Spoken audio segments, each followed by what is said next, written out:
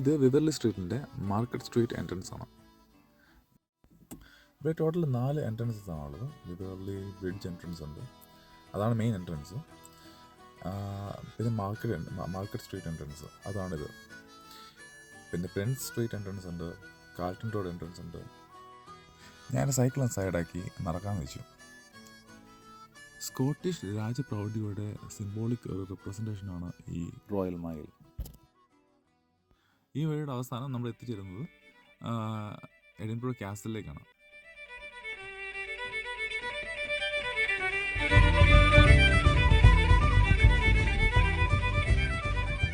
Father of modern economics എന്നറിയപ്പെടുന്ന Adam സ്മിത്തിൻ്റെ ഒരു സ്റ്റാച്യു ആണ് ഇവിടെ.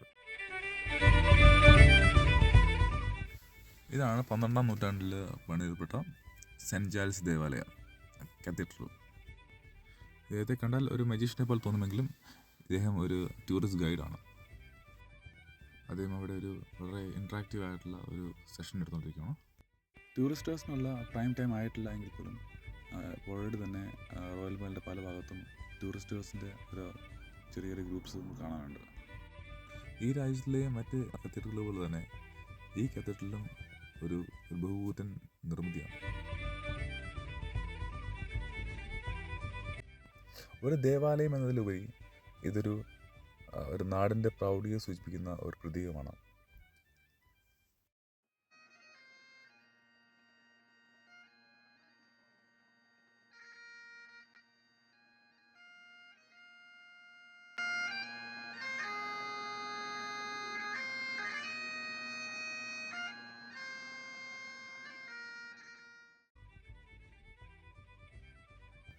ഇവിടുത്തെ ഈ ഗ്ലാസ് പെയിൻറ്റിങ്സും ചുവർച്ചിത്രങ്ങളും കൊത്തുപണികളൊക്കെ കണ്ട് ഞാൻ അവിടെ നിന്നു.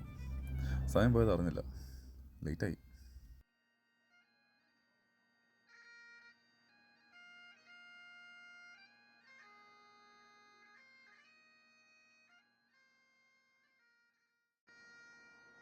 ഇവിടെ ഒരാൾ സ്കോട്ടിഷ് പൈപ്പ് വായിക്കുകയാണ്.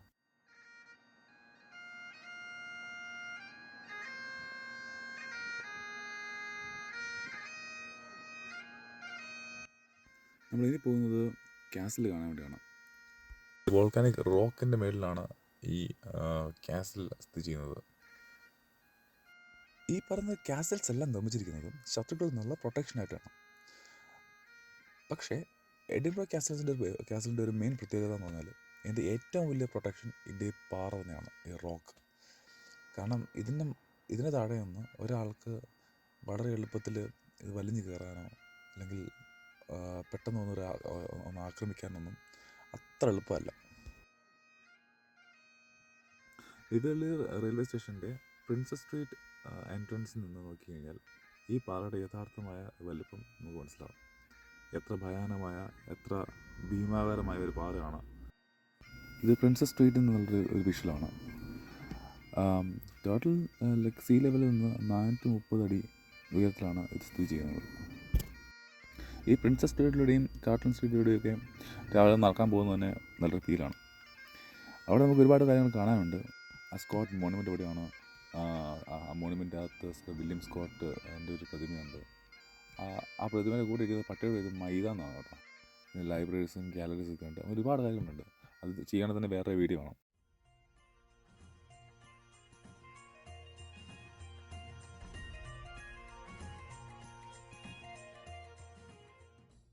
ടൂറിസ്റ്റിന് വേണ്ടി ഇതുവരെ കാസിൽ തുറന്നിട്ടില്ല.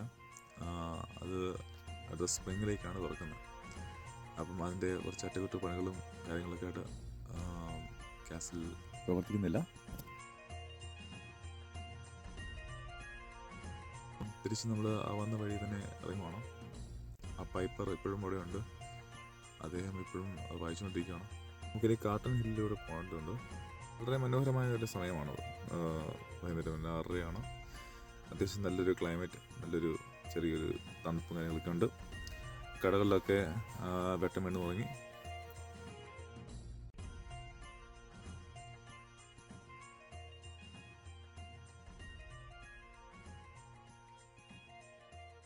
അരകാലായി. ഇനി നിന്ന് കഴിഞ്ഞാൽ എനിക്ക് സൺസെറ്റ് മിസ്സാവും. ഞാൻ കാൾട്ടൺ ഹില്ലിലേക്ക് പോവുകയാണ്.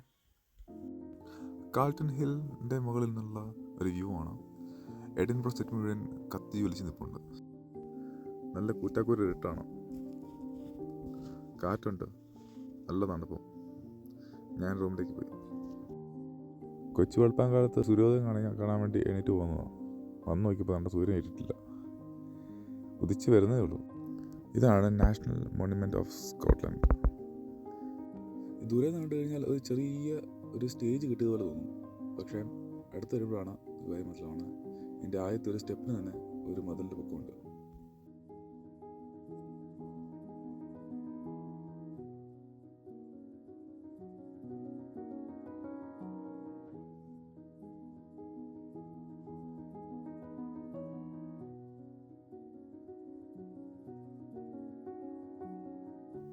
ഇതാണ് നെൽസൺ മോണുമെൻറ്റ്.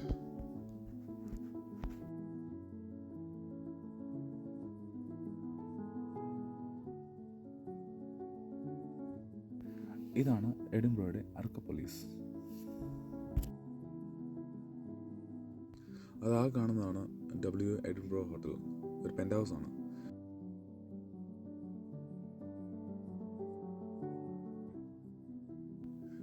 ഇതൊരു സിറ്റി ഒബ്സർവേറ്ററി ആണ്. ഇന്നലെ വന്നപ്പോൾ ഞാനിത് കണ്ടതായിരുന്നു. പക്ഷേ രാത്രിയായ കാരണം ഷൂട്ട് ചെയ്യാൻ പറ്റിയില്ല. ഇന്നത് തുറക്കാൻ സമയമായിട്ടില്ല.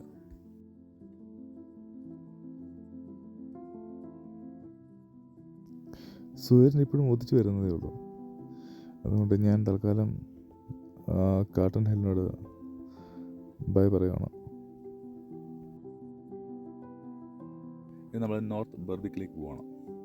അവിടെയാണ് പ്രസിദ്ധമായൊരു ബീച്ചും ഒരു കാസിലൊക്കെ അവിടെയുണ്ട്.